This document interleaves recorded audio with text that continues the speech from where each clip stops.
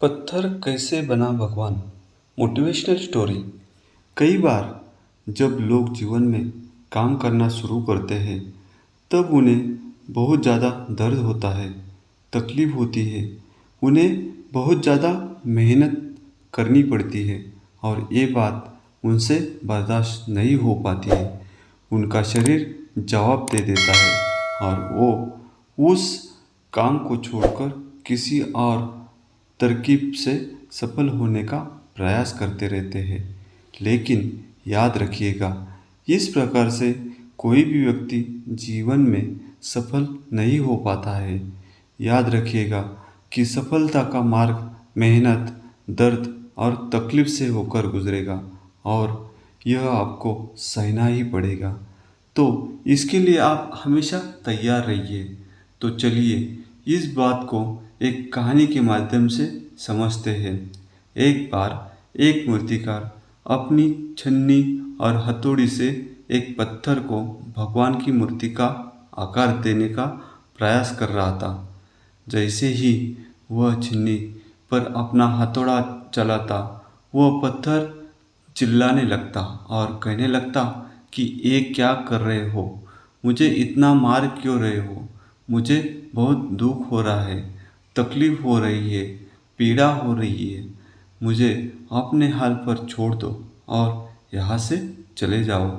मूर्तिकार ने उस पत्थर से कहा, मुझे बहुत अच्छे से पता है कि तुम्हें बहुत ज़्यादा दर्द हो रहा है, तकलीफ हो रही है और तुम बहुत ही ज़्यादा पीड़ा में हो।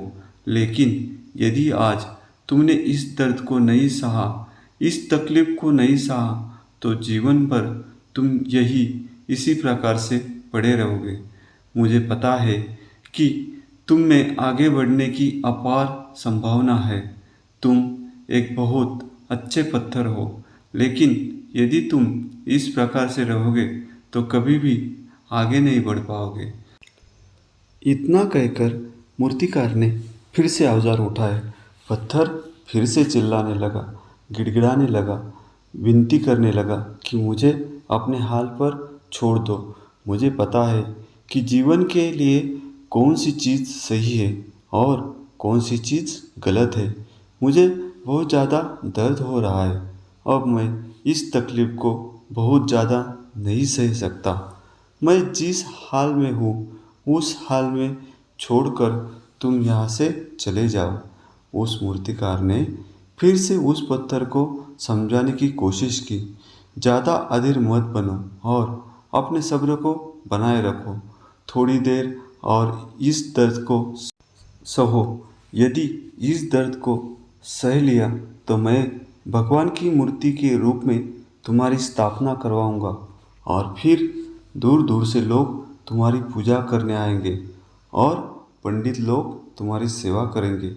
लेकिन पत्थर ने उस मूर्तिकार की एक भी बात नहीं मानी। वह चिल्लाता रहा और अपनी बात पर अड़ा रहा। मूर्तिकार ने उस पत्थर को समझाने की बहुत कोशिश की, लेकिन वो पत्थर नहीं माना। अब मूर्तिकार भी थक चुका था और वह उस पत्थर को छोड़कर आगे बढ़ गया और थोड़ी ही दूर जाकर देखा कि एक और बहुत ही अच्छा पत्थर वहाँ पड़ा हुआ है। उसने छीनी और हथौड़ी उठाई और उस पत्थर को मूर्ति बनाने के लिए वो तैयार हो गया। मूर्तिकार ने छीनी और हथौड़ी का वार दूसरे पत्थर पर जारी रखा। दूसरे पत्थर को भी दर्द हुआ, तकलीफ हुई, लेकिन उस पत्थर ने बर्दाश्त कर लिया और देखते ही देखते थोड़ी समय के बाद उस पत्थर ने भगवान की मूर्ति का रूप धारण कर लिया। थोड़े दिन बाद उस मूर्ति की एक मंदिर में स्थापना हो गई। धीरे धीरे लोग वहाँ पूजा पाठ करने आने लगे। लोगों की मन्नतें वहाँ से पूरी होने लगी और वह मंदिर बहुत ही ज़्यादा प्रसिद्ध हो गया। अब धीरे धीरे करके दूर दूर के गांव से लोग वहाँ पूजा पाठ करने आने लगे। फिर एक दिन उसी पत्थर को उसी मंदिर में लाया गया और उसे एक कोने में रख दिया गया। अब लोग आते और उस पर नारियल फोड़ते। ये कोई और पत्थर नहीं बल्कि वही पत्थर था जिसने दर्द को नहीं सहा था। अब वो पत्थर मन ही मन बहुत ज़्यादा पछताने लगा, दुखी हो रहा था और अपने आप से कह रहा था कि काश मैंने उस दिन उस दर्द को, उस तकलीफ को सह लिया होता तो आज लोग मेरी भी पूजा करते। इसलिए आप भी अपने जीवन में हमेशा याद रखिएगा कि जब भी आप अपने करियर की शुरुआत में किसी काम को कर रहे हो, पढ़ाई कर रहे हो या कोई भी काम कर रहे हो और उसमें आपको दर्द हो रहा है, तकलीफ हो रही है, ज़्यादा मेहनत करना पड़ रहा है, तो आप रुकिएगा मत, किसी और रास्ते की शुरुआत मत करिएगा, क्योंकि कोई और रास्ता आपको सफलता नहीं दे सकता है। आपको उस दर्द को, उस तकलीफ को सहना ही होगा और उस दर्द को, उस तकलीफ को सहकर आप ज़्यादा मजबूत बनेंगे और तभी आप अपने जीवन में आगे बढ़ पाएंगे। और जीवन में हमेशा याद रखिएगा कि आपको पहले पत्थर की तरह नहीं बल्कि दूसरे पत्थर की तरह बनना है। यदि ये कहानी आपको पसंद आई हो और इससे कोई सीख मिली हो तो अपने दोस्तों और अन्य लोगों के साथ शेयर ज़रूर करिएगा और चैनल को सब्सक्राइब करें।